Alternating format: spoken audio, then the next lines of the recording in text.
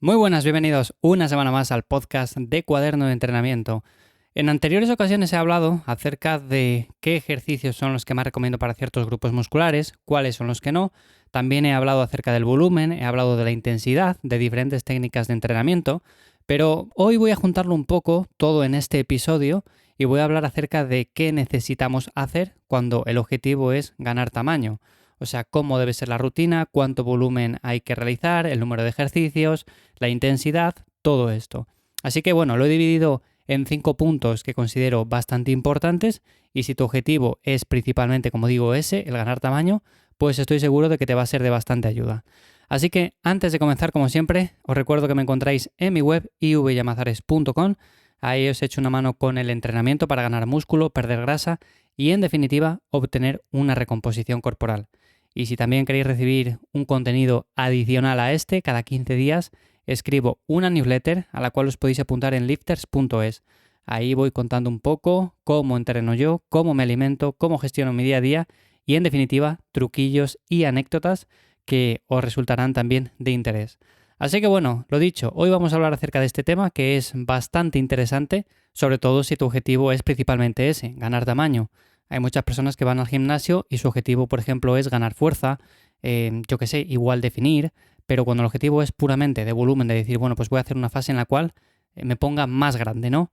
¿Cómo debe ser el entrenamiento? Bueno, pues lo dicho, yo he dividido esto en 5 puntos que considero de mucho interés y los cuales tienes que aplicar a tu planificación sí o sí. Vamos a empezar por el volumen de entrenamiento. ¿Cuánto volumen hay que hacer para ganar tamaño? Yo ya os he comentado en otros episodios que normalmente tiendo a pautar un volumen relativamente bajo desde un inicio porque de esa forma tenemos bastante margen luego para ir subiéndolo con el paso del tiempo en el caso de que necesitemos más. Si con el poco volumen que hemos pautado es más que suficiente, bueno, pues lo podemos mantener, pero si necesitamos más no va a haber ningún problema nunca en ir subiéndole progresivamente. En cambio, si por ejemplo empezamos con un volumen ya relativamente alto, pues vamos a tener un techo mucho más limitado y por lo tanto tenemos menos margen de maniobra. Así que, normalmente, para cada grupo muscular, y estos son cifras generales, vamos a estar realizando entre 10 y 20 series a la semana. Esto, como digo, son cifras generales. Habrá grupos musculares que necesitan mucho menos, habrá grupos musculares que estén cerca de las 20 o incluso las superen, pero eso ya digo que tenéis que ir ajustándolo con el paso del tiempo. Si queréis ir a lo seguro, desde un principio, pautar entre esas 10 y 20 series sería algo más que recomendable. Yo, por ejemplo, en grupos musculares como son el pectoral, como son la espalda, suelo hacer entre 14 y 18 series a la semana. El pectoral es verdad que necesita un poco menos, la espalda la puedo dar un poco más de trabajo y se recupera bien. Y luego, para el tren inferior, en mi caso personal, pues normalmente estoy realizando en torno a las 18 series en cada ciclo de entrenamiento. ¿Esto qué quiere decir? Bueno, pues quiere decir que si lo divido en 2 sesiones de entrenamiento, tengo 9 series y 9 series, más o menos, por ahí andaría la cosa, porque el último punto que vamos a ver sería la frecuencia. Os comentaré cuál es la frecuencia ideal para ganar tamaño. En cuanto al volumen, pues lo dicho, entre 10 y 20 series. Y si pasamos al siguiente punto, estaríamos hablando del rango de repeticiones.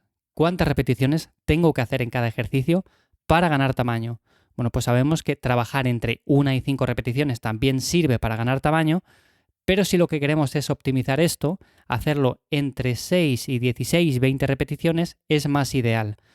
Normalmente habrá ejercicios más básicos como una sentadilla, un press de banca, un peso muerto, que los trabajemos a rangos de repeticiones bajos porque es más eficiente hacerlo así. Entonces igual estamos entre 4 y 8 repeticiones. Pero a partir de ahí, a partir de ese ejercicio básico, ese ejercicio pesado, interesa más hacer ejercicios un poco menos demandantes en los cuales podamos subir el rango de repeticiones, estamos hablando de entre 8 y 12, para terminar la rutina con ejercicios analíticos para grupos musculares un poco más pequeños, en los cuales estemos trabajando a más altas repeticiones, quizás entre las 10 y las 16 o incluso llegando a las 20 repeticiones. Esto no quiere decir que no podamos hacer una sentadilla a 20 repeticiones, una prensa a 20 repeticiones, un press de banca a 20 repeticiones. Todo esto lo podemos hacer. Pero está claro que si lo que queremos es optimizar la planificación de cara a ganar volumen, a ganar masa muscular, es mucho más interesante utilizar estos ejercicios para meter peso, para ir progresando en él, y luego utilizar otros un poco menos demandantes para subir el rango de repeticiones. Así que, en cuanto al rango, ese sería el más aconsejable.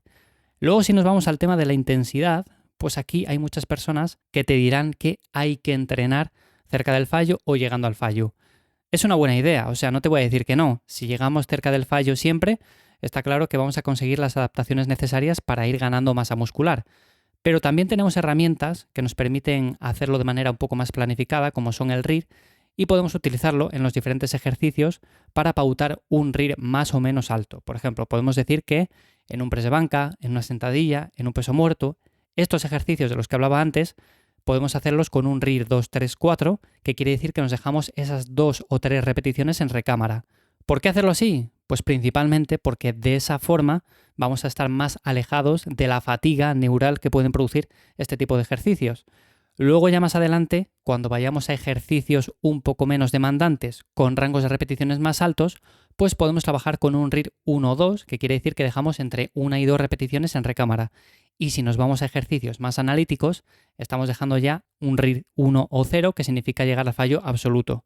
Entonces, como digo, hay herramientas como son el RIR, que son muy poco invasivas, que son muy útiles para planificar bien el tema de la intensidad en el entrenamiento, pero si estás empezando y no sabes muy bien cómo utilizarla, yo te diría que directamente pienses en llegar cerca del fallo en cada serie. Ya con el paso del tiempo, con la experiencia, irás viendo que realmente lo puedes ajustar mucho mejor.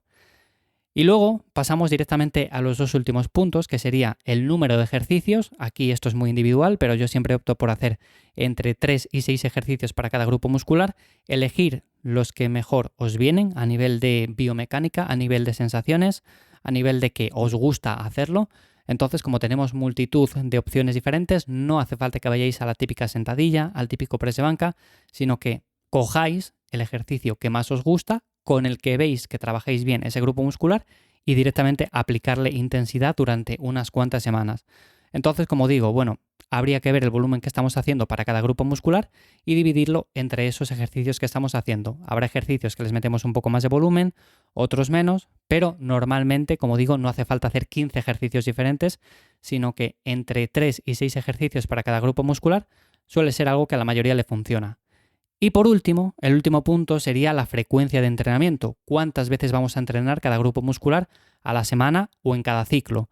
Digo cada ciclo porque no tiene por qué durar 7 días. Habrá ciclos que duren 8 días, 9 días, 10 días. Yo, por ejemplo, termino mi ciclo en más o menos 10 días. Eso quiere decir que nunca coinciden los días de entrenamiento y si un lunes o un martes entreno empujes, pues seguramente el martes que viene no me vuelva a tocar empujes porque esté terminando aún la planificación.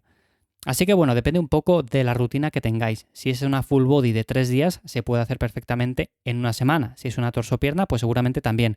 Pero si es una push-pull legs o variaciones de esta, pues quizás la terminéis en un poco más de una semana y no pasa absolutamente nada. A lo que voy con esto, ¿cuál es la frecuencia ideal cuando el objetivo es ganar tamaño? Bueno, pues principalmente una frecuencia 2. Habrá grupos musculares, eso sí, que con una frecuencia 3 responden muy bien. Habrá otros grupos musculares que con una frecuencia 1 también responden muy bien y darles más quizás suponga demasiada fatiga y luego necesitamos más recuperación. Pero eso ya cada uno de nosotros lo tiene que ir ajustando y lo tiene que ir viendo con el paso del tiempo. Yo, por ejemplo, a mí la frecuencia 2 es la que más me gusta, con la que más tiempo llevo trabajando, la que más recomiendo, pero soy consciente de que normalmente para ciertas personas, yo qué sé, hay algunos grupos musculares que están más rezagados y necesitamos un poco más de frecuencia.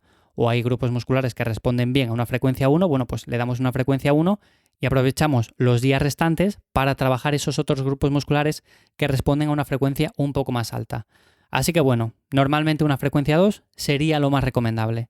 Así que bueno, hasta aquí los 5 puntos que considero importantes de cara a entrenar para ganar tamaño.